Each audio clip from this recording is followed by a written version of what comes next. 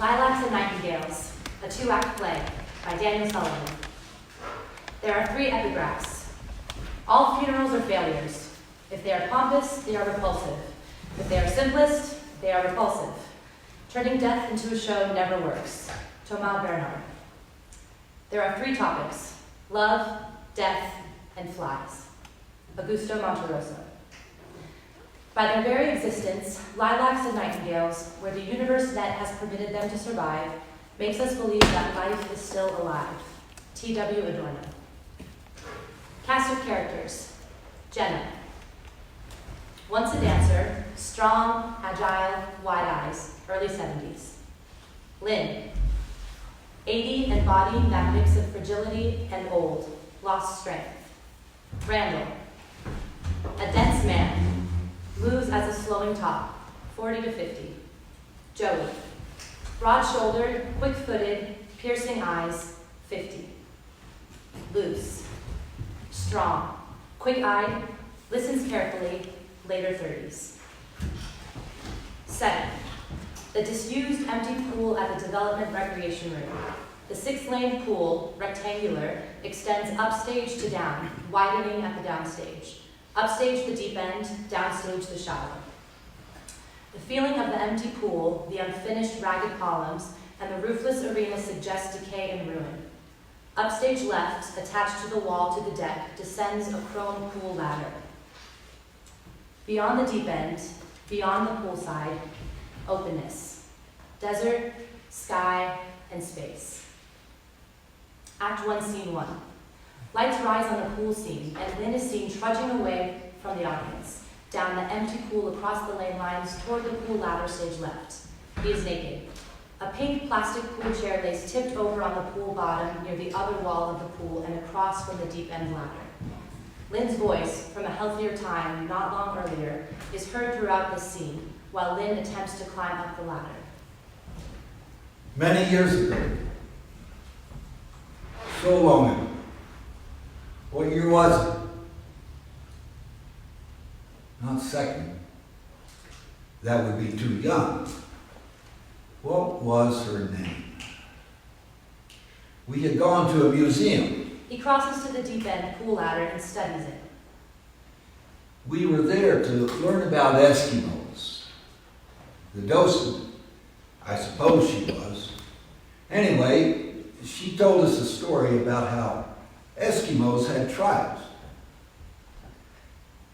How hunters in the tribes, how these hunters in the tribes hunted. And in this tribe, they hunted wolves in a peculiar way. To us, it seemed like that. The manner saved energy of the Eskimos in the sub-zero cold. This way was not peculiar to the Eskimos. He reaches to the chrome ladder and picks at the chipping chrome like flesh. The hunter would bury a knife deep in the frozen snow, but leave a 1/4 inch of the knife showing above the snow. The hunter would pack snow around and let the snow freeze tight with the tip above. Before that, though, before the hunter had buried the knife, the hunter had dipped the blade deep in animal blood, pulled it out, and let it dry, sticky, slick. The tip of the blade stuck out just enough, and so gave off a scent. Lynn sees the pool chair and crosses to it. Wolves have a very keen olfactory sense. We learned that. An ancient brain woman told us. Mm-hmm. A wolf, one, many, it doesn't matter, would smell the odor and track it and come to the knife. Wolves are also wary animals, she told us. They would circle the blade tip again and again, retreat, approach, and so on. He stops and studies the pool chair. and then slowly trust the situation. And then the wolf would come to the blade tip and lick at the bloody tip. Sometimes a few would come to the blade. Lynn drags the chair to the ladder. But one of them, a younger one maybe, thinking that this blood must mean food below, beneath the snow, the wolf would lick more aggressively. The cold numbed the animal's tongue and mouth. The blade cut the tongue and the gums of the mouth. Blood, she said, was everywhere on the white snow. He steps up on the chair and climbs up a rung. The blood, the fresh blood, the wolf's blood, though it did not understand things, made the wolf more ravenous. And the wolf licked and bit harder and harder. The wolf could not know what was happening. Lynn climbs up another rung. The cold had so numbed the animal's tongue and mouth, it could not know what was happening. The wolf would eventually lose much blood because of its dreaming that the fresh blood meant another animal further below the snow. Food was near, it thought, and it would lick and paw, harder and harder. Lynn hoists himself up another rung. Later, the wolf would fall over, and the Eskimos would return and retrieve the carcass and eat it. I remember this story, the wolf circling, it falling over. Exhausted, Lynn clutches tightly to the ladder and hangs there breathing heavily. I must have been in the 4th grade. A field trip. 4th grade. I think. Blackout. Act 1, Scene 2. Lynn is bent with his torso over the pool deck and his legs dangling over the edge. Jenna and Joey are pulling Lynn onto the pool deck. Use your legs, Lynn. Hook the rungs. The rungs, Lynn. Listen to her. Rungs, Lynn. Lynn's feet waggle here and there, trying to catch a rung. Stop. Relax. Joey, hold him. Jenna kneels down and grasps one of Lynn's legs and with struggle is able to place it on a rung. You feel that? Lynn, push off from that rung. No, your left foot. The left foot. Try, Lynn. Do what she says. The left one. The left. Push off. Lynn wiggles a bit and then pushes off with his left foot and his body presses farther forward onto the deck. Joey pulls hard and Lynn is suddenly fully atop the pool deck. He lies there on his stomach. Get up. Come on now. Get up. Let's get him up. Joey reaches to him and grasps him under his armpits. Jenna straddles him and grasps him around his hips. She pulls his hips up and Lynn slides his knees under him like a cow rising. Lynn rises to all fours and then slowly stands to tower over the two women. Get a towel. Joey runs around the pool deck to the chair, grabs a towel, comes back. Jenna cloaks Lynn. Like a king, robed and all set for a crown. So this guy, you say this guy came out? Yes, R something like Randall, that's it, Randall. He works for some septic tank company, but it's not real clear. What's not? Hearing him, it feels like his own deal. I think, anyway. He works with some company, but this is different, separated. He was pretty harsh. With you? Me, another, whoever, one of those angry guys. They seem to be everywhere. Trees and canals and parked cars. Anybody gets what he's giving. Boy, man, woman, girl, ape, deer, whatever. Just harsh.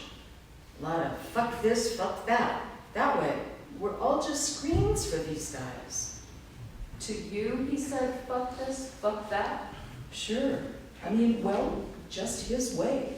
Joey walks over to the fence and looks out over the unbuilts. What's he want? Our money, some, wants 1,000. Joey doesn't answer. She crosses to the pool's edge.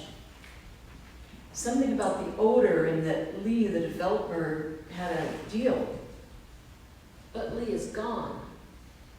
This place stinks of porta-john. He wants us paying for some service. Joey turns back to Jenna. You got nothing to pay. I know. I tried saying, but he wasn't buying. Wants to speak with the man at the house. I don't know what he'd give him if they spoke. It varies day to day. Some days he'd be formidable, intelligent. Others, who knows? Yeah. Lynn, how are you? Lynn nods upwardly. Joey sits. Gonna make some calls. See who he's working for. Some septic company. I didn't know he had a septic tank. Not supposed to. That's a county pipe out there. This can't happen again. Blackout. Act 1, Scene 3. Lights up on Lynn standing in the middle of lane lines of the pool. Jenna is seated at a table on the deck. Lynn is walking back and forth, stroking the air as if water existed, as if he were propelling himself in water. Lynn, we just walk. I don't know, we just walk. We walk out. People walk out. They're doing it all over. There are stories all the time these days. People walking out. Stories are all over the news because the people just did. They walked. Out they went. Foot here, foot there, step after step after step. Jenna stops and begins to hum.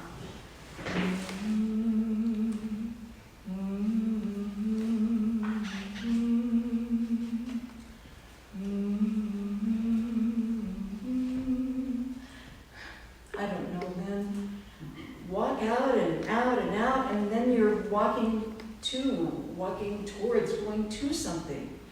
All of a sudden you're doing that. You walk out and then you walk to, hell, who knows where you end up, but somewhere in that you end up getting somewhere, arriving.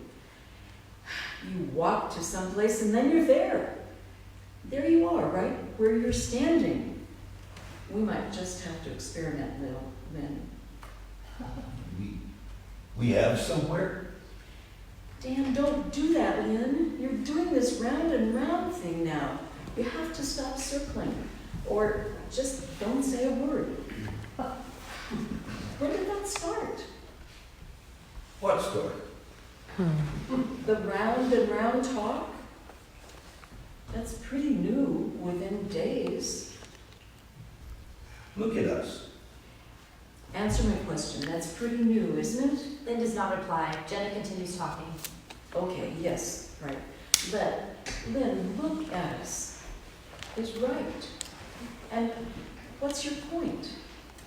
No. God damn, Lynn, what do you mean no? No what? By saying just no? Just no? What the hell is no? Where are you going with no? What is no? No to what? Where are you? Tell me what is no? Follow me, okay? I'm going to quote myself to help things along. What's your point? I say to you. And you, Lynn, you should think about my question a bit, or seem to anyway, and then speak your point. You should answer me. That's how it should be. But then, like you just did, to just say no, where the hell does it come from, Lynn? What in the world? Jenna goes to the poolside and calls Lynn to her. Lynn stops. He looks around and then crosses over to Jenna. Lynn, come here. Come here. Lynn walks to the wall and Jenna takes up Lynn's arm. Lynn, you need to explain to me here where I am. I need an answer, Lynn. You say no to some other thing that I didn't even have in mind to ask, whatever it was. No. What is no? Whatever that might have been an answer to, God only knows. The question I didn't ask is the question you answered. So the question you somehow heard, but not the question I asked. Lynn, turn. Look at me. Yes. Jenna tugs Lynn near to her by his wrist. She swats over the heads of both of them at a single fly once. Stops. Swats again. Stops. Look at us, you say. Fine, I get that. But then I want to know what your point is, Lynn. I'm looking for your point. Here, see? I'm looking. You had a point. Make the point, Lynn. Can you make the goddamn point? There's a point. Make that point. Lynn is quiet for a long time, then suddenly, calmly. Hotel. Where the hell did hotel come from? We walk out. Hotel. That's not your point. Blackout. Act 1, Scene 4. Joey and Lou stand inside the pool space downstage in the shallows in a pin spot of light. They are meeting for the first time but have been conversing for a while. I don't remember much. It's just been so long. I left, set out, as my mother said, you're setting out. Like I was off to discover a new land. Must have been. Joey doesn't answer. Setting off. You set off where? Portland, and then all the way to Kirkwood, Missouri, and then Texas, Marfa, then 3 rivers below the giant sequoias. I found I have a thing for painters. Painters. Women painters, even house painters. And you? Where did you then set off to? I never put it that way. My mom did. It was so long ago. I've stayed on my own almost all the time. But at that moment, I just left. I told my parents I was leaving. I didn't fit. Had had some small jobs here and there, video store, pizza place. I floated. they believed you when you said it? Joey doesn't answer, shrugs. Then I just organized it all and left. Through an airport. My father walked me there. He said, I guess this is how it's going to be. I didn't say a word. We got to TSA. I left him. He turned and left. I was halfway through the line. The agent, she tapped me on the shoulder. I looked back. He was back, had come back. He was laid out against the window like a rug, crying. His hand kept opening and closing. It was like it was speaking for him, I guess. She crosses to the fencing and looks out. I would not go back to him, though. I wanted to, but I didn't want to break things. My pact. I watched him for a while. He's a man. He'll do what he must. So I waved, ducked around the corner, and I lost it. Never back there? Postcards, a letter, holiday cards. Nope. Why here? Didn't go back. Why here? My dad's brother is Lynn. He and Jen had always been kind. I wouldn't say they got me, but they do care for me. I came by about a month ago, passing through, and I realized they were in deep out there. The developer, gone. The few that were here, leaving. They'll be alone soon. Jim says they took a risky mortgage. They thought they'd just die here. Luce doesn't answer. People have their ideas. Yeah, that is weird, I thought. It is. What's with this Randall guy? We called your company. You came out. Randall's got his wires touching. Wire. Yeah. He works for you? He does. There is a long silence. He's also my brother. Yours. Mine. He got into Lynn the other day. Real hard. It ain't gonna happen again. Hear me?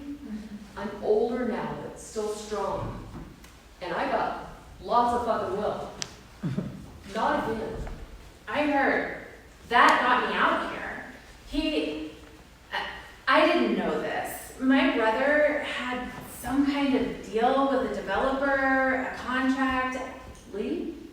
Right, Lee's gone now, Hawaii. I heard. And his company, the money company, has Pacific Rim ties. Lee couldn't get a contract with the county. They weren't amenable to Asians out here. They deal, but they make it really tough. Big dollars involved to tie all of this into the sewer system. It may be California, but it's Valley, California. And so he ran into my brother, and from what I can put together, they made an agreement on the side. Arranged what? Invent a sewer system, make it seem like things were connected. Really, just a septic tank. He'd do it for many of the early homes, and Randall says that as more and more retired here and more money flowed in, Lee felt he'd have leverage, would get the right rate, talk to the county commissioners, but with leverage then. And Randall? He was, making some under the table. Joey doesn't reply. Couple grand a week, more, I don't know. His fraud is fucking with my relatives. Hey, I run a well-regarded septic company. I had no idea. Randall is too aggressive. He's ill. Don't babysit him. He's fucking aggressive. To people I care for no reason. Luce is almost about to respond angrily, but calms down. He's been changing. Last years or so, there was a creek up here before all of these foundations and chimneys where all the unbuilts are. He has a daughter. He talks about wanting memories for her, things they have in common. But the hillside is gone now. Nothing up there now. The creek is... There is no creek. Well, there used to be. Gone last summer. Dammed up at the end, and then this end by the excavators. He couldn't bring her anywhere now. So, ill how? His language has changed.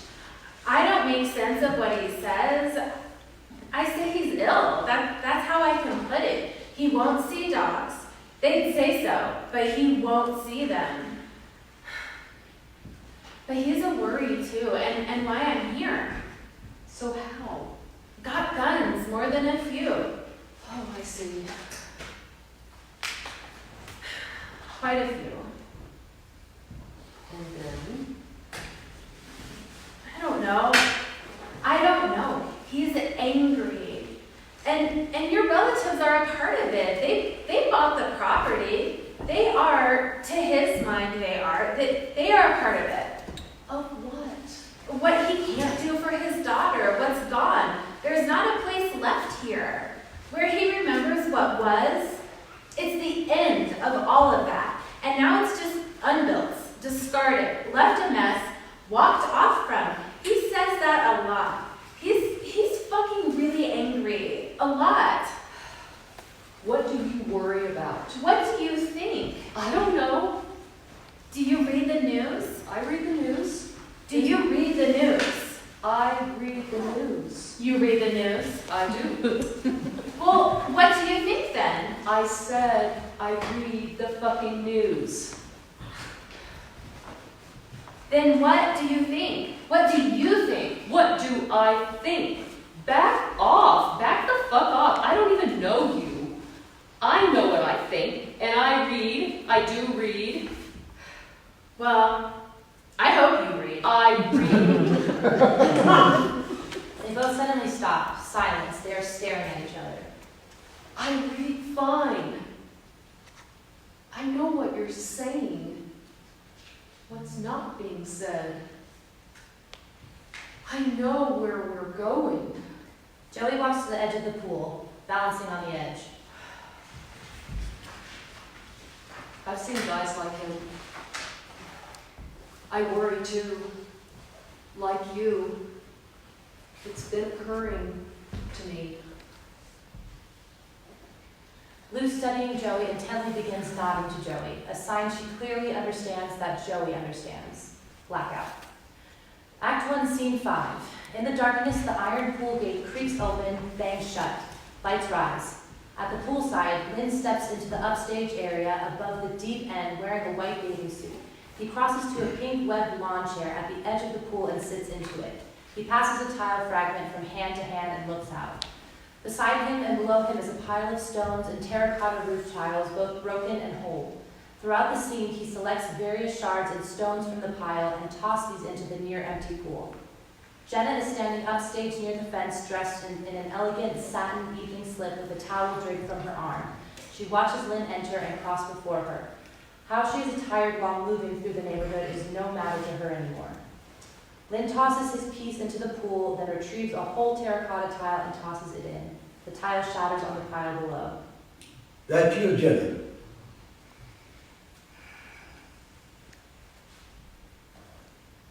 At the ruins by the pool, with towels, sir. A towel, sir? Who'll ever need towels here? We could need towels. Beyond the fence, a chihuahua barking. Lynn, you're filling the deep end with rocks, stones, the terracottas. Counting us out, are you? Lynn doesn't reply. He grabs another and tosses it into the pool. If you keep at it, the rubble will fill the entire pool. We might be here for a few years, out here. Eventually there will be no pool anymore. The sands will settle over too. There'll be just these columns sticking through the rubble and sand, like those jungles with their temples. What do you think? Am I onto something? The chihuahua barking stops. The pool will just disappear under rubble and sand. Just disappear. There will be nothing telling that we were ever here. Lynn tosses another tile into the pool. Ancient sound. There's no water. Once there was, The pool should be filled. with water, Okay? so We're somewhere else. This is not Earth. Not Earth. Not by a long shot. shot. That right. Did you? Did I what? That last Last what? shot. What about shot? I finished for you. Jenna crosses down and from behind him. She claps hands once. Lynn, did you? I know what goes at the end. I know. I'm lost in thought here. You're getting more and more lost in thought, mister. The chihuahua barking starts up again, incessant. Those East Coasters, they left that little dog. Here That's the dog barking. was the in-laws. Then she died. They never wanted the dog. Jenna crosses up and looks out over the fencing into the void. They left it. They're gone, Lynn. There's fewer of us left. It sees something out there. Something's getting it crazed like that. Lynn tosses another tile into the pool. What are you after? Just that you're in your head a lot, more than ever. You were never much in your body, but you're sure in your head a lot. Why wouldn't I be? Well, what's wrong with being in my head? I'm in my head because I'm lost in thought. Thinking about our situation here. How we're situated here. How we're out here now.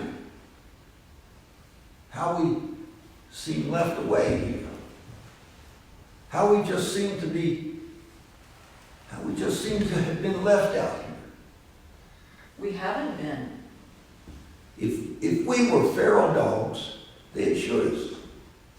Eventually, like pigs in Texas, helicopters would come in, bang, bang, bang. Take us like mustangs and ferals and deer out. Stop it. Well, wouldn't they? Neither speak. The distant barking, though, nearly a clock tick, continues. We had visitors. Yesterday we did. Visitors? Oh, those weren't visitors. Those were neighbors. 2 of the 8, well, now 6, who got stuck out here. Neighbors are not visitors. No, visitors come from far away. Visitors travel in. They call weeks ahead and say, "Can we come?" They make a plan to come. There were no visitors here yesterday, Jenna. No one comes from far away, Jenna. 2 of us who were left came over. That's who came over. He tosses a rock in. We are left here. Lynn, Yes? not by a long what? By a what? Lynn, look at me. 1 is not, 2 is by, 3 is along, and then what?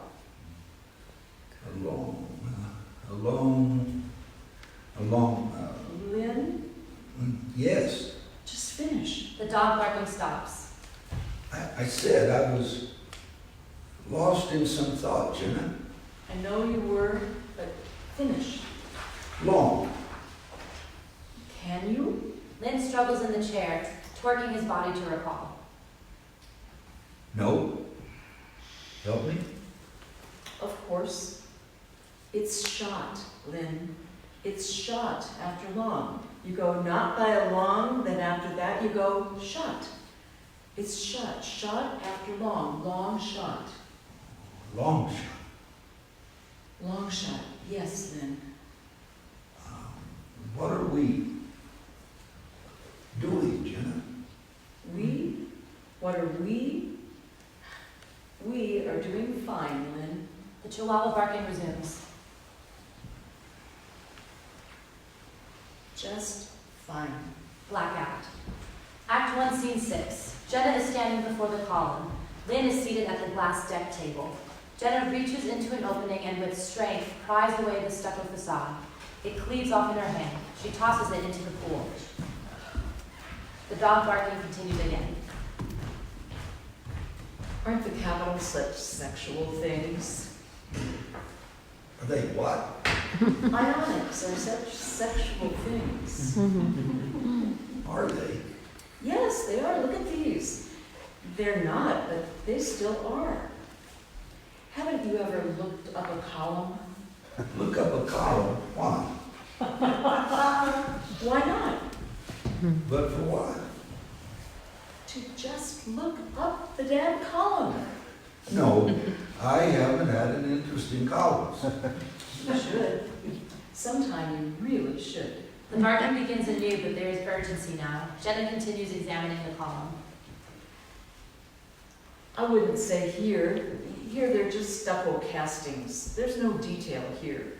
You wouldn't feel the sensuousness looking up one of these casting ones. If we ever take that trip to Greece, you have to do that for me. Do what? Look up a column. I still don't. We'll do it together. I'll hold your hand. How that ionic touches me. It is so absolutely sexual that it touches me. Here, always. The original ionics are very. Jenna, I don't even. What about columns? I don't get this. Don't worry then. When you look at the column that we'll visit when we take our trip to Greece, you'll see. The ionics rise and enter into, like you have done to me many times, Lynn. When you do, Lynn. The capitals rolls are supposed I to. know what they're supposed to be. That's recorded in books, Jenna. They're ram's horns. It's been. I read, Lynn. I simply disagree with what I read. That it's recorded does not mean it is fact. Far from. I've only ever seen the capital of an ionic as taking the column in. The capital just rolls out in reception of the column rising Well, rushing up from the base, from the dirt. The column rushes up and the Capitol opens to receive it. It goes like that. How someone couldn't see that, I can. I begin to understand. Lynn swats aggressively at the fly twice. I'll have to take well, anyway, I'll look sometime for you. Lynn suddenly sobs.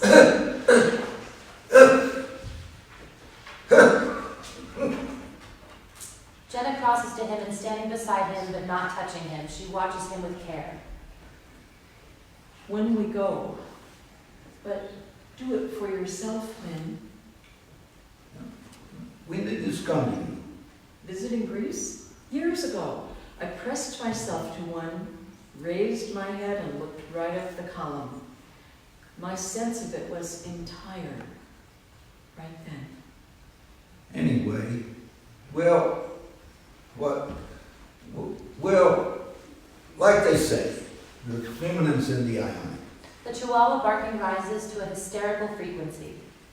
I still often think of things sexual when I see an Ionic, in photos even. The developer, what was his name? Lee. Right, Mr. Lee. Lee said that this place calls to mind summer fun and frolic. Remember how he left us below and disappeared inside? Then suddenly appeared high up on the balcony. He knew Knew what? what he was up to, standing up there. All of our eyes raised. Showmanship. He made even more. Dare I say. Dare what? Mr. Lee often said, dare I say. I remember that. He chuckled at us, never with us. Dare I say frolic, he said, and chuckled. Snidely. As if all of us on the side tour had never gotten laid at all, or hadn't fucked in decades. As if all of us were corpses, or had become prudes. How insensitive he was, I thought. I mean, I could easily imagine fucking right there in the water by the pool steps, over there without ever such a suggestion from him. I still can. Just offering us his vision. His vision, Lynn? Look around. Look out. That hillside of slabs is his vision. Lee had no vision. The chihuahua barking is met now with two other sounds of barking, but from a distance. The barking is of coyotes. The chihuahua's barking ceases. The coyote's barking continues. Such a damn prick. She stops herself suddenly, surprised at her anger. Lynn is distracted by the pool. Remember that? Remember what, Lynn? When there was water there. Remind me. Well, how he told us the pool had been built to recall temples of long ago. The ideals of the Greeks. How you could take a stately walk out towards them from the recreation room. How the columns would call you forward. How the columns could beckon to you. And how you were then pulled out past them towards the water. Striding through the columns when there was water. When there was water. When there was water, We gave him our money. We agreed to risk. our risk. Risk would lead to better things. Again and again he kept saying, if you take it, you won't be sorry. It's part of the air, Lynn. We're all breathing it from sea to sea. Risk, take risk. Risk, take risk. Risk, take risk. Slide it all across. Everything on the felt, the sensuous green felt, all of it on the table. Leaving us all here, just so quaint. Suddenly the chihuahua barking rises fiercely and Lynn interrupts Jenna forcefully. The coyote's barking is nearer and more distinct. Called through the columns from the rec room. disrobe, and you step to the lip and gently tilt forward. Spring easily into a dive And you enter the water. every morning. Out to take a swim. Suddenly, all barking ceases. Olympians on Parnassus, your temple all to yourselves, he said. How did this all come? It's all started as ruins. The pool holds no water. The columns are incomplete. They only stand. Sands blow over us off the bare hillside. In the distance, a clay roof tile falls and shatters. Another falls and shatters. Jenny, what's that? Did you hear that? It's from over there, in the unbuilds. I hear it often. The terracottas, Terracottas. they're sliding off their roofs. Lynn doesn't answer. Things are sloughing off. The roofs are giving them up. Last night, did you hear geese? I did. I think they came from over there. Yeah, all that honking, yet nothing to see. Nothing to see. Ghosts. It scares me, Jenna.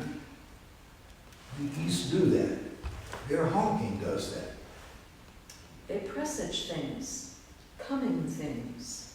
Lynn tosses another tile into the pool. Suddenly, the chihuahua barking rises fiercely, and the coyotes are very near now. Lynn swats at a fly, twice. The fly buzzes off, and Lynn follows it with his eyes. Lynn, how long do you plan to keep at the terracottas? Well, if I do this one thing, if I do these daily, if I toss daily, then I'll... Lynn trails off, forgetting. Jenna does not pursue his thinking. The barking continues and should suggest that a chase of the chihuahua by the coyotes ensues somewhere up the hill. I hurt, Jenna. I really hurt, Jenna. Here. Would have been different with 600 others here. Different than just 8, yes. Imagine that, Jenna. People buzzing here, there. People going to the store. Our new friends. People planning for their neighbors. Come on, Lynn, they'd say. Someone calling across the lawn. Come on, Lynn. Let's take a run into town. People asking us to go into town. Meeting here. Passing by. Running over. Hopping into cars with all our new friends, gabbing about this, about that, Our new friends. chatting over coffee, over tea, hiking here, strolling there. We spoke these things, Lynn, before we got here, remember? We told each other those stories night after night.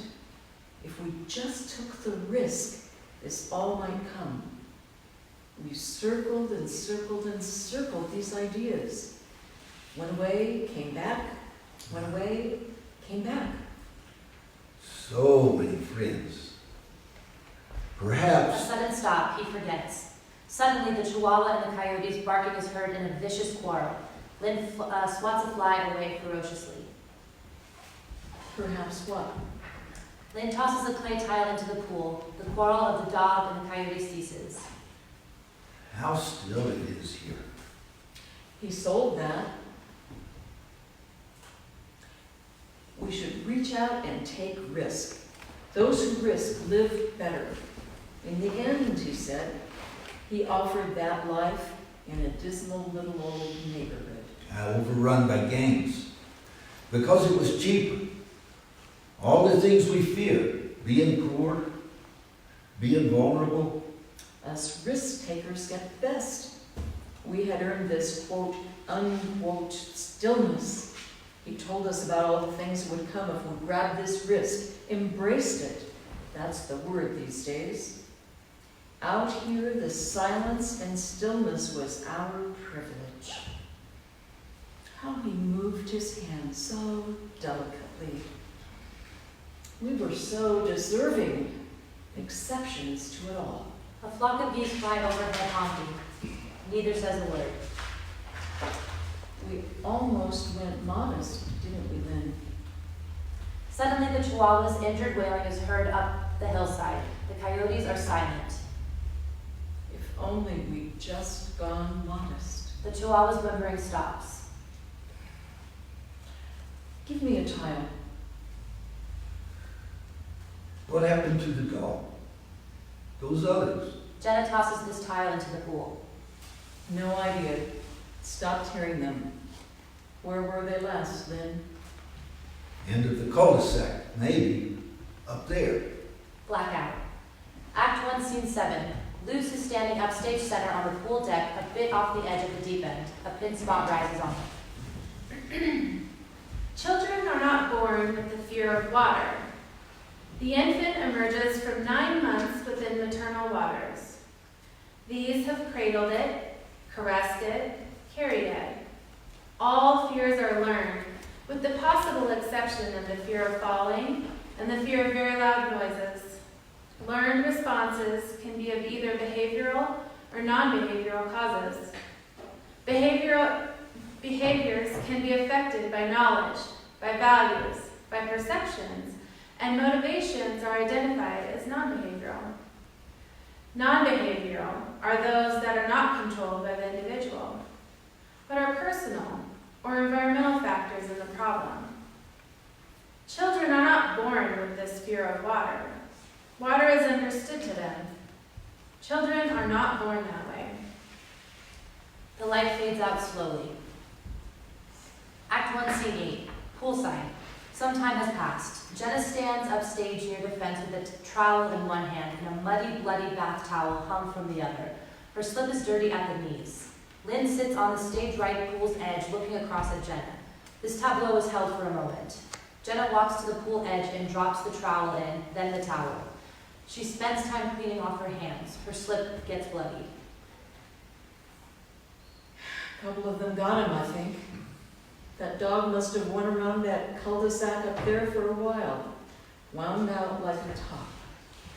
It was a mess. But they just waited, let him spin out. Coyotes are very efficient predators. We gotta watch ourselves. Blackout. Act 1, Scene 9. Joey stands at the table with books in her hand. Jenna is seated at her right. Lynn is at her left. On the table are 10 books. Joey has visited the empty dwelling of the East Coasters and has taken their library. Joey dumps the books on the table. There were only 10? 10. All there was? It wasn't a big library. That's not a library. Could be. Joey picks up one book and flips through the pages. Not much else in the house. They left it empty, never to return. What's the point? There were just these books on the shelf, nothing else. Books on a white shelf. They were here for 8 months. Great Expectations, Reader's Digest Library. Edited for a child. Came out in '85. World's Best Readings Series. Dark blue faux leather. Water it down. Water it down. What makes Water a it library? down. What makes a library? Books. 10? 10 are books. And books are a library. John Steinbeck. Which one? Winter of our discontent. Our summer. Can I? Joey hands it to Jenna. Jenna looks through it. Joey continues with the next book. The Bible, New International Version. New what version? Joey sets it down. Jenna continues thumbing through Winter of Our Discontent and takes up another. The Odyssey, Fitzgerald's. Mm-hmm. Orange is the New Black. That was a book at first? Guess so. This is no library. One of them liked it a lot. The author signed it for them. Enjoy. Piper. It's about women in a goddamn prison. Enjoy another's despair. That's goddamn. What goddamn? What, Lynn? Fashion. Fashion. He trails off. Lynn stops, leans back in his chair, and looks to Joey. Keep talking. Didn't want it that badly. Along with the dog.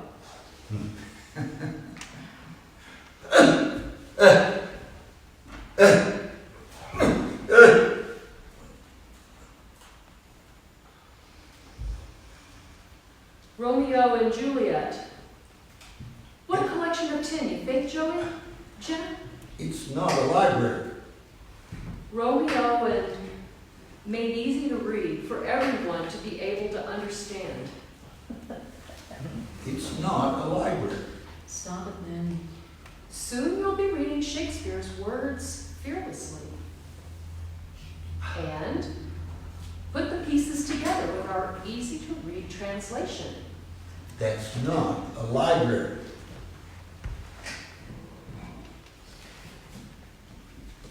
When Shakespeare's words make your head spin, our translation will help sort it out.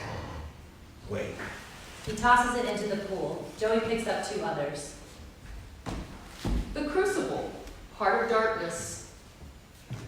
Anyone should not grasp difficult things easy. Jenna has wandered into the pool and picks up the book. The son and heir of Montague and Lady Montague. Romeo is handsome, intelligent, and sensitive. It's a fantasy. Juliet is 13. Is she? Should be. It's at the front. Jenna tosses. Joey thumbs to front, finds it, and reads. Because she, Juliet, because she is a girl in an aristocratic family, she has none of the freedom Romeo has to roam, climb walls at night, or get this, to get into sword fights. She has none of the freedom to deal with dying. One of them dies, right? Yeah, who does write this? Someone. Joey grabs the book and tosses it back into the pool space. Jenna walks back up to the table. She takes up Winter of Our Discontent again, flips it open, and reads aloud, dramatizing the dialogue. You know what the fortune said? Oh, Lord, the fortune again. Well, I believe it. If you lost your fortune, you'd hate me. Well, I believe it. If I lost all your money, you'd hate me. I wouldn't. You are my fortune. That's what Margie said. What Margie said is in my head, in letters read until I'm dead. Don't make a joke. Maybe I'm not. Don't let fortune spoil the sweetness of our failure. Joey scans down the page and speaks another random line. There is no such thing as just enough money. Only 2 measures. No money and not enough, yada, yada, yada. Joey looks at Jenna, then Lynn. Both are silent, looking off, involved in thought. Joey raises blood meridian up. Jenna notices it and takes it out of Joey's hand. Please? Thank you. She thumbs through the first pages. We read this one, man. Lynn glances up, arrested from his thinking. He reaches to the book, presses back the front cover to read it. Yes, we did. The This judge, that fat albino man, one. Killer of men, women, children, bison in the West. Settle in the West, we say. Joey takes the book from Jenna, thumbs to the end.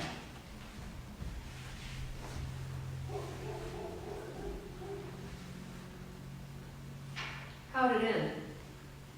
a broken down saloon like this. Well, there was that bear chained to the floor. It danced. They dressed in a petticoat. They dressed the bear. If I recall, the bear had a petticoat. The bear is killed. Someone kills it. Blood runs all over the saloon floor. And the judge gets up on the bar. This judge character is about someone who really lived. Lynn gets up and walks upstage beyond the pool area. He leans over the small fence. Maybe his boys rode through here. They could have. He's naked up there on the bar, right, Jenna? He turns and walks to the edge of the deep end, upstage, and looks across. Extremely white, so white, bloodless. The judge dancing on the bar. What does that author say? Lynn continues looking out. He says something. I remember someone told another man a few paragraphs before, the man went to go into the saloon, and someone at the door said, "Don't go in there. You shouldn't go in there. Don't do it." Lynn thinks for a while. He scratches his palm with his fingers and watches his own scratching. The man went in anyway. Then he came out and just walked down the wood walkboards. That was what I remember. He saw something and then left. Maybe he shouldn't have gone in. I don't know. Who knows? Joey thumbs to the front. In the foreword, you're right, Lynn. It says the judge operated a gang in the southern coast area, the deserts. He could have crossed here. What is the book, Lynn? Lynn remembers the ending. Joey finds the final passage, and together with Lynn across the pool and Joey down at the table, they read line by line the ending. It goes like, he bows to the fiddlers and sashays backwards and throws back his head and laughs deep in his throat. And he is a great favorite, the judge. Lynn begins to perform the judge at the edge of the deep end. While doing so, he takes off his clothes until he is naked again. Jenna and Joey have their back to Lynn. They do not see him. He wafts his hat, and his lunar dome of his skull passes palely under the lamp. lamps. He just murdered anything and whatever. Anything. Lynn dances oddly on the stage. Joey continues alone. His feet are nimble. He never sleeps. He says he will never die. Lynn sweeps one foot, then another, as he moves gracefully across the pool's edge toward Joey and Jenna.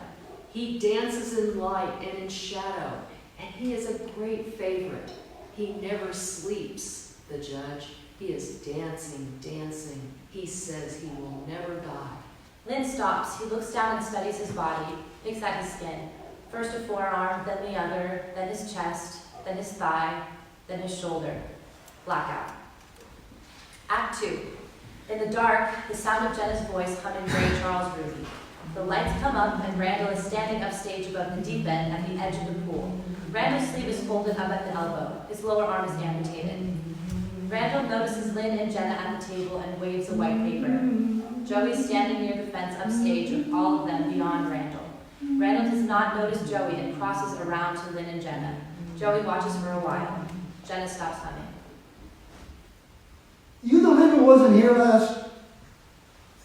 Lady, remember me? Is he Lynn? You wanted the man in the house. Here he is. Lynn? Lynn, I'm Randall from last week. This sheet, your special... did you tell him? I need a grant from you, Lynn. You're Lynn. That's Lynn, I told you. You smell this shit out here? I can fix it. The shit odor, I get fixed. And comes to me a fee. What's your name, babe? Jenna, his wife. What do you want the grand for? I want the fucking grand because the odor around here, that odor that you want fixed. You smell it, don't you? Randall swipes at a fly. Yes, we noticed it. Oh, that's great that you do, babe. Back off. Randall, caught off guard, spins and loses his balance a bit and falls to a knee and teeters. He is suddenly vulnerable. Joey stands above him with the chair over her head. This is a woman. Her name is Jenna. Jenna is not a babe. And this is Lynn. He's not so much the man of the house, but he's an elder. You deal with her, and then both of them, or me. Okay? Okay. There is no more of this, fuck that, Randall. Not here, not with them, not again. You get it, Randall? Randall starts to rise, but Joey threatens him with the chair, and Randall settles back to his same position. You want something with me? I'll make something with you. I was an all-state pole vaulter. Straight up stud, okay? I am still very strong. My muscles will do anything I want them to do. With this chair, it'll come really quick. You should be thoughtful. Just let me, I want to stand. Joey steps back, but with the chair still raised above her. We want decency, a respectful conversation. I know your sister.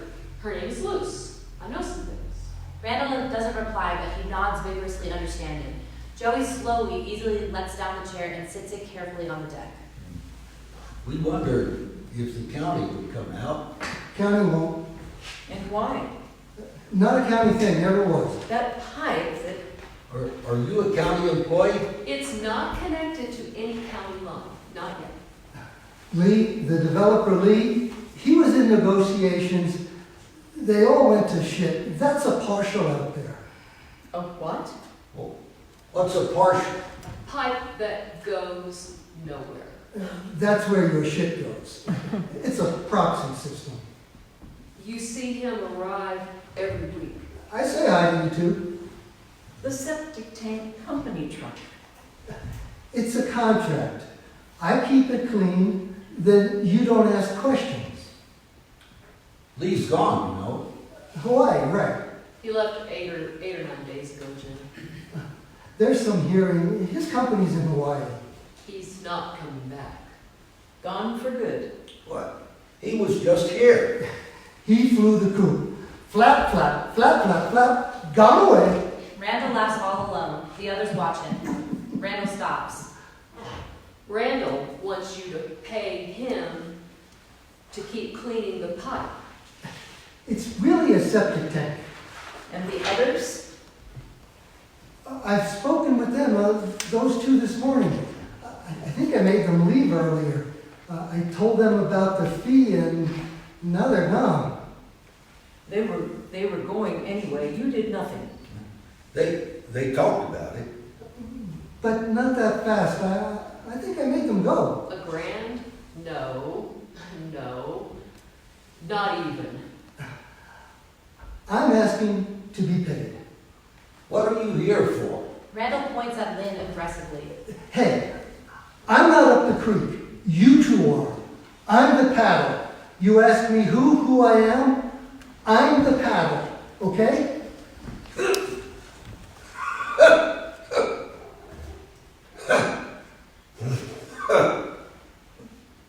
Lynn stops suddenly, and then he is still. Randall stares at Lynn and then over to Jenna and Joey. What the? Stop it! Randall looks to Joey and nods apologetically, quickly. What is it? It's new. We don't know. Just come over on them? Jenna is watching Lynn, but she responds to Randall. A few weeks. Pretty new. You call a doc? We called our plan. I didn't follow up. We have a lot going on here. More than. Sure as shit we do. Randall walks to the edge beyond the deep end and looks out on the landscape. See this? I do? I mean, I have. Yes. You two are way up, That's a paddle. if that.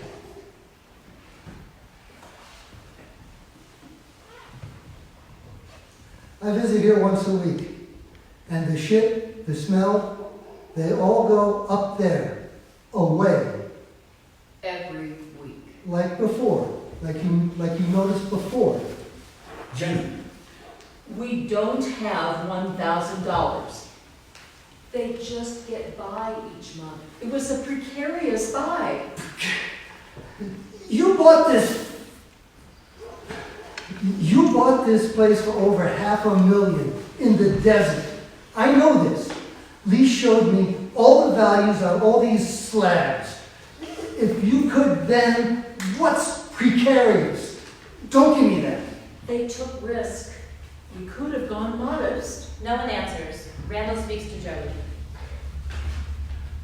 I own a house too. You know that. You know that. I bought a house, I own it, and my family owns this company, Trainer Septic. We're like you. Maybe you think I'm not, but I am. I own. Think because I deal in shit and cleaning shit I'm not, but I am. I don't know you. I don't think anything about you one way or another. Come on! But why? Really. You know what you thought. I thought nothing. Here it is, laid out, part 1, 2, 3. I need you to pay me, and then we'll keep this project running. Whose project? Oh, is he really? It's a new thing, I said. I'll clean your partial, and I must get paid. We'll think about it. I'll be back soon. We'll talk to Luce, your sister. Randall doesn't respond, but crosses upstage to exit. He stops, gazes out upon the desert, and steps to exit. Blackout. In the darkness, the iron gate screeches and bangs shut. Act 2, Scene 2. Luce is at the table with Lynn and Joey. They are waiting for dinner. Before I returned here for the family, for the business, I worked at a dog track in Florida. Reg the rabbit. You know what the rabbit is? The dogs chase it. It's not a rabbit, it's mechanized. You control it, you control the race. We use this thing, I did, some are different. We use this thing called a Wizmo. Long pause. She turns to see Lynn, who is staring directly at her but not seeing her. She turns back to the pool. The intensity of these animals, intensities, I should say, excited me. I knew a woman, a bettor at the track, someone I knew a long time ago. She was a scholar. I remember her speaking of Muslim philosophers from the 15th century, hundreds of years ago. And just very wise people, she said. She told me how they speak of different lights. And like lights are not just of one kind to them. They feel their different qualities very deeply, they do. This friend said that they believe that the different lights become unified in what she said was in a light of lights. Their language is not simply decorative either. Saying this had meaning to them. We say that and people just shrug, but not then. They were speaking of how life lives, she said, or they had found ways to speak of the different intensities in life. Some people do live more than others. Luce nods. Lynn does not reply. These dogs out there on the track at night, they are intensities. They are intensities of something, of something's lights of lights, like she said. And just like, bam, I saw it once, just one time, and that was all for me. The next day, I applied for a job. The guy before, he had left some days before, moved out of the state for something, and they had an ad, but I was hired right there. Luce crosses stage and stands up center above the deep end. She looks down into the pool space. That track, all the dogs and their intensities, there were winners and losers, those who had more on a particular night, flocked in a robe afterward, a coronation. Kings and queens got made out there. She crosses back, sits down, and looks at Lynn. I was happier there, Lynn. She looks to Joey. Observing one dog just burst, just get far away, suddenly, out, way beyond the others, suddenly, like something, like, I know, like a divination. That's it, a divination. She stands and walks over to Joey. Do you watch football? No. A long time ago, Lynn did. Jenna told me. Not anymore. No. The wide receiver can be special in the way these creatures are. Not the ordinary slot guys, I'm not talking about them. The wide outs with the speed, the ones that make the sudden space, that are just all alone and like a fly. To have that kind of speed, that's that intensity again that I go to a game for. But only particular teams. You know, some teams, some coaches, the owners, don't privilege speed. They buy fast receivers, but just fast. Not sudden, not with the suddenness. She is quiet for a long time. She looks carefully at Joey. Joey, I'm not interested in players like that. Coaches that don't know the difference. Joey, I'm interested in others. The ones that have this intensity. Luce leans nearer to Joey. Do you know what I'm saying? Joey studies Luce with an intense stare. Greyhounds are very beautiful creatures. Do you know what I mean? Blackout. Act 2, Scene 3. Lynn and Luce are seated at the edge of the deep end of the swimming pool. Lynn is wearing the same slacks and a dirty white polo shirt, though neither shoes or socks. He has draped a red wool blanket over himself. Everything should hang from him. In the distance, a car door is heard slamming, then another. Then this vehicle is heard accelerating away. Lynn becomes agitated and glances here and there worriedly. Luce notices and changing the subject soothes him. You been on dogs? Yeah, sometimes. Well, more than some. Was a track beyond Denver. Just keep east going. It was more east of Aurora, heading toward the plains in Kansas. You never got to Kansas, but it was out there, that track, south side. That was the big race out there. I heard about it. The signature race at that track. The big something ads in all the gaming magazines. At Cleopatra, the big Cleo, the prize of the night. Whoever was there in the stands would clap when they said that. The prize of the night, and everyone clapped. One full, a spread, what? A full, then a half more. It was 1, 2, 3, 4, 5, 6 bins. A good stayer race. The big money. Long strider dogs would race that one. That's how I heard about it. What is it? That thing that name's quality. Oh, trackcraft. That, a quality that was rare. Bitches have more of it, go into the gaps better. On the stayers they do, just better in the long races. They have better vision in those. Sprints less so, but the longs. I don't know, they make better choices. Go right in, bam, they slip in, find openings along the rails almost naturally, most anyway. Dogs hesitate in those races, get into trouble. It's all a matter of slight things. Or they don't think to go into it at all. I don't know why. Right burst at a right moment. Those are good money, aren't they? Lynn doesn't reply, but he looks at Luce. How many times did you go? I went there. I went twice. Just? In 1 year, twice. Then next year, 3 more. A lot more after. She almost divorced me. Jenna? No, another. Before. It was a long time ago.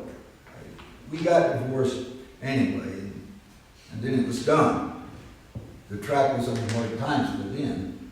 Yeah, I heard that track had closed. All the bloodline dogs were only going as far as Denver anymore. Yeah, the races farther east just weren't attractive. Even with that long race. Nah, Bloodline dog's gone. No way you could get the money crowds anymore. The capital drifted. Money. Money's like man-made snow. Say, there, well, someone just put it on another hill. I operated the Rabbit, high over the grandstand in a small room. Same as there. A space heater or a fan, depending. Matchbox. I could regulate the movement of the Rabbit better than most. Had to have discernment, tease the dogs into intensity from way far up. Were you good? All my dogs finished. Every dog was, when I was there, finished. I had a particular skill. Why did dogs finish for you? Never lagged badly. They'd be on top of each other if you did. Yeah. No discernment. Kill them that fast. Aw, I've seen trouble like that, and piles of them. Just like that, everywhere. Broken dogs all over.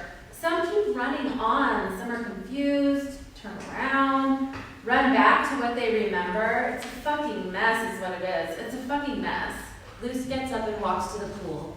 She takes a joint out, lights it, and takes a hit. Want some? Cool. The intensity of those speeds these dogs can reach. All that intensity in those animals. Not all could survive.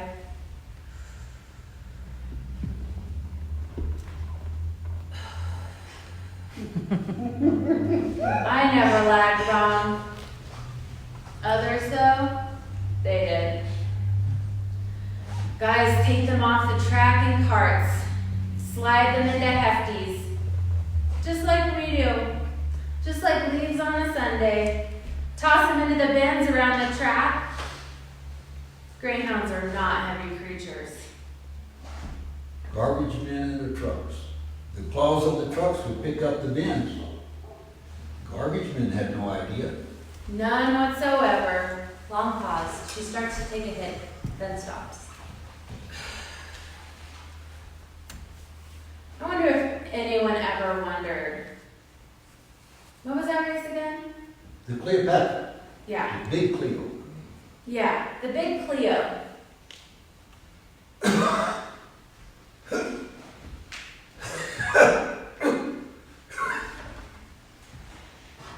What is it, Lynn?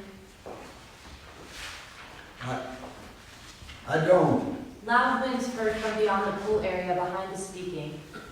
Lynn and Luce have to speak louder. Lynn starts laughing to himself. He laughs hard, and then while laughing, he speaks and laughs.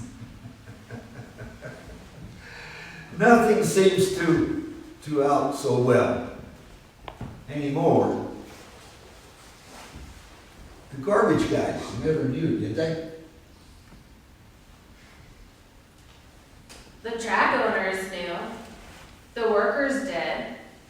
Some owners.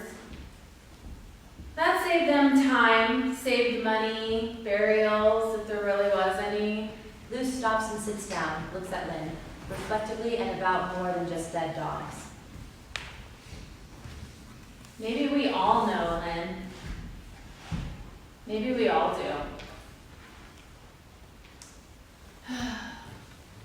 Dogs in hefty after hefty after hefty, in bin after bin after bin, over years and years and years. That's as much as the sport. As much, yep. The dogs in the bins are a part of the sport. Yeah. College kids in a phone booth. Not the same, but sorta. Bins, lined up in a row neatly, orderly. Gorgeous, slight, slim dogs. Some alley behind things, Way out, way away, bagged in. away from the entertainment. That dog's made. Blackout. Act 2, Scene 4. Luce, standing by Lynn, reaches to Lynn and grasps his arm by the wrist and raises it so it extends fully, limply away from him. She ponders the thinness of Lynn's arm in silence. Lynn, lost in thought, does not regard Luce's action.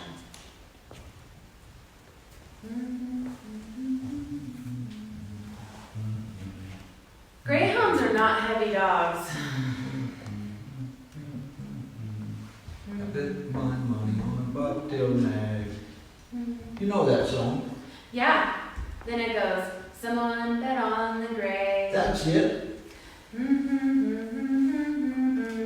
I bet on this one and they bet on that one. Oh, to do da day.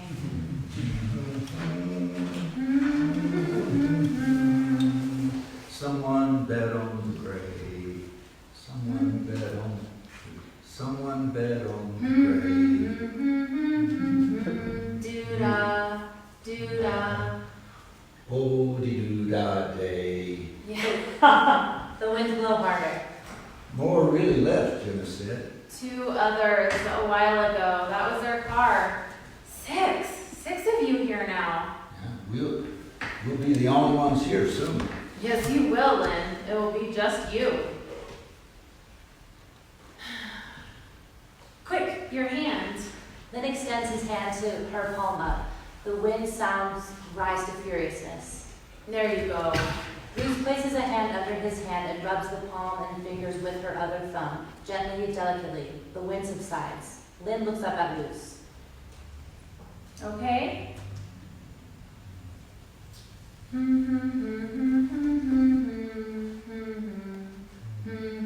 Somebody bet on the grass.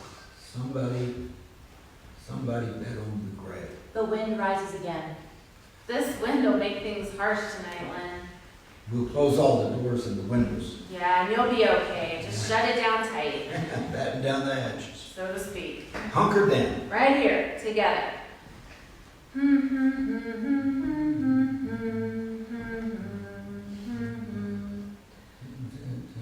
Somebody bet on the grave. Somebody, some. I went down south with my hat caved in. I came back north. I had a dog once. Small dog. You only knew the dog needed to piss if you happened to see it start panting. It was an old dog. I missed that part off. The panting and all. There was lots of cleaning up. For a time anyway. She was old. Lynn breathes deeply and rubs at his forearm. He plucks at his skin. I don't know. I can't remember. I can't anymore. Luce knows Lynn is anxious. She returns strongly to the song to get Lynn back from his awareness. I went down south with my hat caved in. Came back north, a hat full of tin. Can't touch the bottom with a 10-foot pole. Came back home. Came back home. Came back. Doo-da, doo-da. Oh, de doo da day. Oh, the doo-da day. The wind through the pool area rises again, though more fiercely than ever. Luce leaves Lynn in the chair, walks upstage and crosses to exit beyond the deep end. She stops and watches Lynn from across. Jenna. Jenna. Jenna. Blackout. Act 2, Scene 5. Randall is upstage at the fence looking out on the hillside. He has a bottle of Old Kessler in his one hand. Jenna is seated at the edge of the stage right poolside, her feet dangling over. She is singing Camptown Races gorgeously, from memory. She hums throughout. I had a creek up there. It was a spot, you know. Everyone has a spot. I used to think so. Some spot, some place everybody goes to, alone. Hike up there, sit by the creek, and then later you bring your woman. A trusting place like, hey, I'll meet you there, okay? And this person would know where there is. It's a beautiful private Idaho. I had dreams. I had funny dreams. Like what I would be, I would go there. All these ideas would happen to me. And then my daughter came and wanted things for her too. I took her to the creek, to this spot there. The creek's gone now, you know. I take her to this spot. I look at her one day. We're sitting there. I look over. This will be forever, kid. You can always come. It's yours now. We both know. She believed every word. Randall walks back toward Jenna, stops at the pillar, and delicately rubs his hand over the stump. Nothing more now. I mean, what? For what? For what? Randall crosses upstage, goes to the deep end, and sits on the edge of the pool at an angle to Jenna. He begins weeping, but just slightly. He wipes his eyes with his half arm, stops, looks into the empty space, sees the book among the tile pieces. Why is that book down there for? Some book about women in prison. A comedy. How's that funny?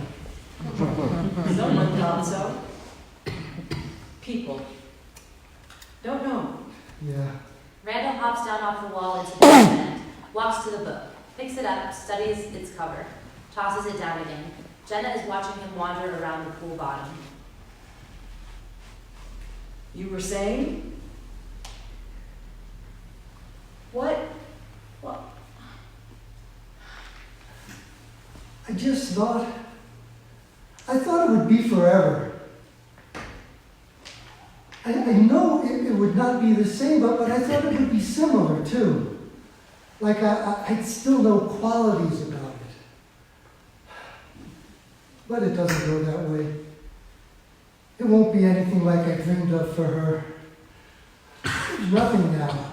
The creek's dammed, bone dead dry. Had to for this development. These foundations, all of them up there. That's all there is, just a fucking mortuary. Slab, slab, slab, slab, slab. They started this thing, and then they just left it. I am so fucking angry all the time. Fucking so fucking angry. He picks up a tile and throws it hard against the upstage pool wall and shatters it. I'm angry, lady. Fucking angry. He kneels down among the tiles on the pool bottom. Jenna is reading. It comes to this, does it? Hey, lady. Does it come to this? Jenna walks to the pool edge and looks down to him. She says nothing. She watches Randall. I tell you about this dream.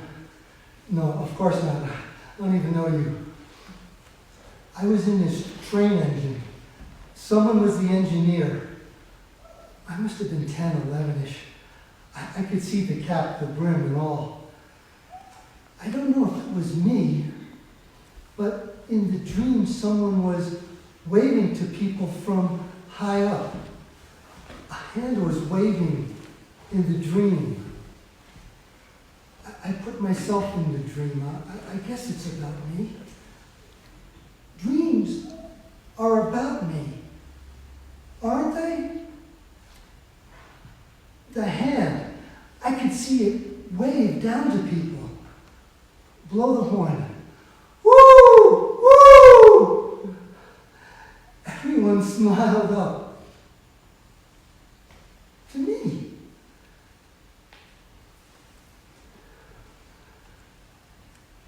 It's just come to shit. He turns his back to the audience and trudges toward the ladder. Blackout. Act 2, Scene 6. Bruce is talking to Joey upstage center at the edge of the deep end. He can't speak to me anymore. I try, but he talks, I don't know, in some other language. It's the pressure of this place. This valley seems too hard for him. he gets crazier and crazier. I've seen it. He calls me and invents where he is. He's not really where he says. He says he's on the freeway traveling, but he's not. He's inside the house. I ask him, where are you? And then there's silence. He's inside the house. I ask him again, where are you? He's just inventing things. He's not where he is. He seems caught. I give up. I just say, how's the traffic? And he feels free again, and he talks about the traffic. But there's no traffic. Hardly. He's just lost it. But then he's got these guns. That's where your relatives come in. I am really concerned that he's blaming them for all of this. Luz crosses up to the fence and looks out on the desert. Maybe the developer was at fault, who knows? But Lynn and Jenna, they're like the only ones now. Pretty soon they will be. He's like all these other guys. He knows he's losing something. The energy, it's a male thing, I sense. They're feeling it all go away in minute, unseen ways. They feel it. They thought it would never end. But it's for sure ending, diminishing, and they're freaking fucking out. And it might be another couple 100 years when it's all exhausted, but it's going now. Just wisps of it right now, like it is with the snow just beginning to fall. A couple 100 years from now, way ahead, the snow will be thick, like some new way. When that shit happens, when it starts, like where we're at now, you gotta watch out. I heard one guy, this kid, like one of these recent ones, he says he was acting on behalf of his people. His people, like he was some deity, like leading them out of some place, and he was saving his people, and he was so convicted. And he felt himself a deity. That energy was in him. Things are changing.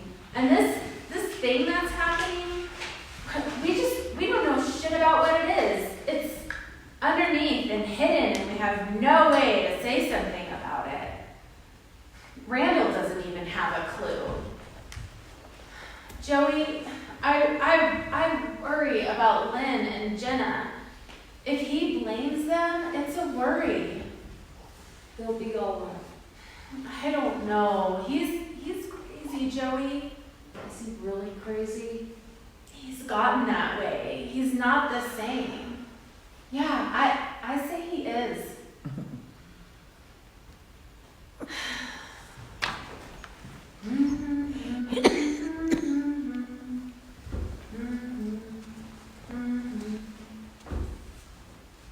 Blackout. Act 2, Scene 7.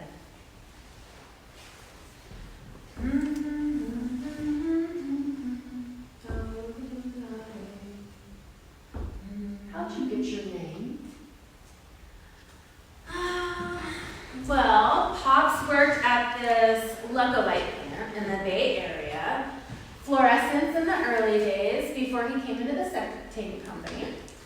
He named me Luz because he and Mom said I brought light.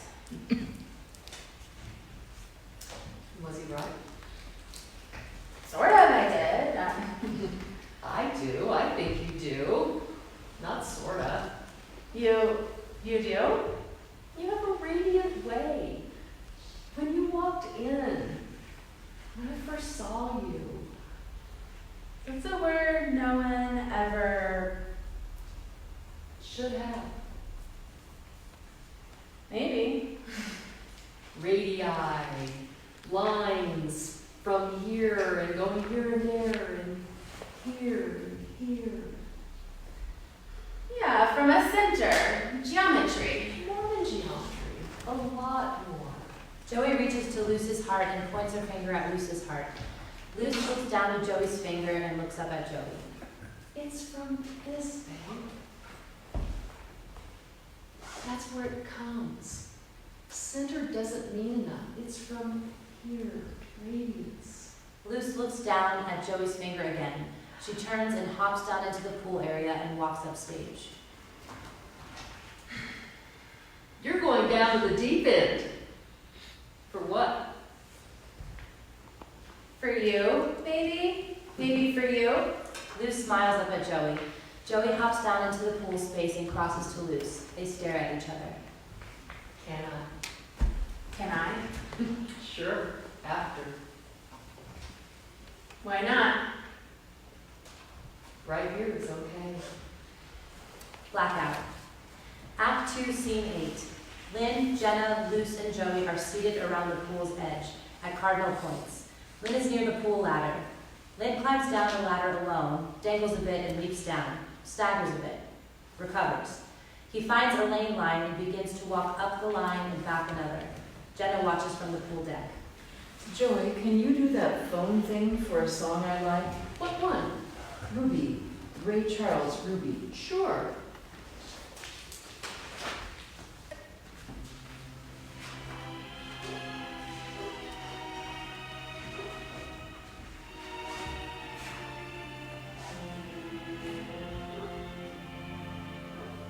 Ever heard it? They say Listen.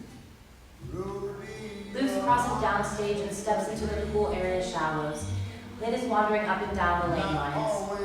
Luce goes to him, steps to his front and stops him. Very carefully, she puts her hands on his shoulders. They stare at each other and then turn to look up at Jenna and Joey. Luce, you gotta hear this. Turn it up. Luce turns to Lynn and straightens his shirt. Gotta tidy you up. Turn it up a bit more. I can't.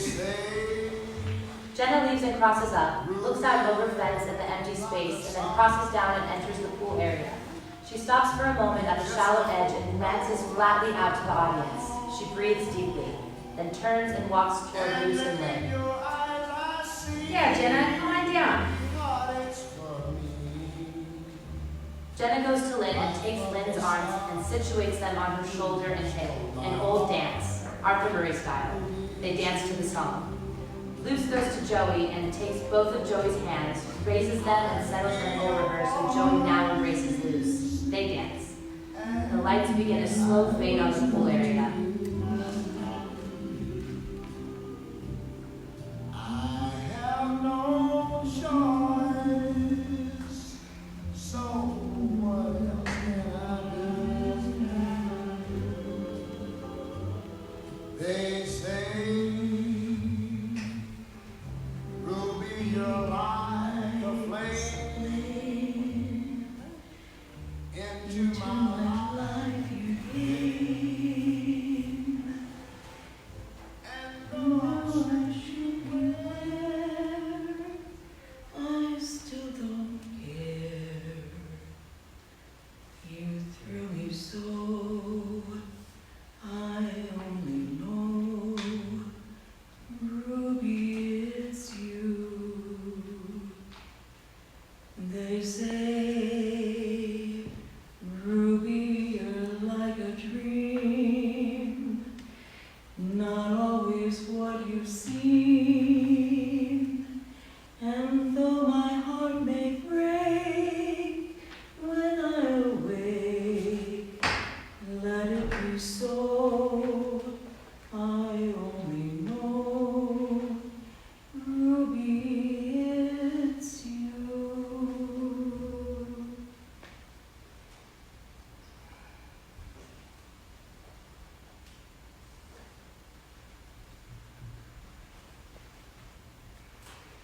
Did you ever think you'd be dancing here, Lynn?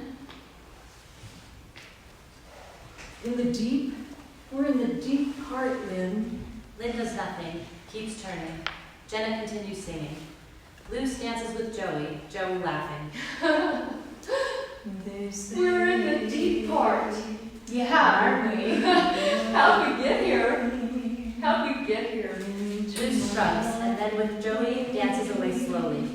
Only Jenna now sings Ruby. Should beware, I still don't care. You thrill me so, I always know. Ruby, it's you. Blackout. The end.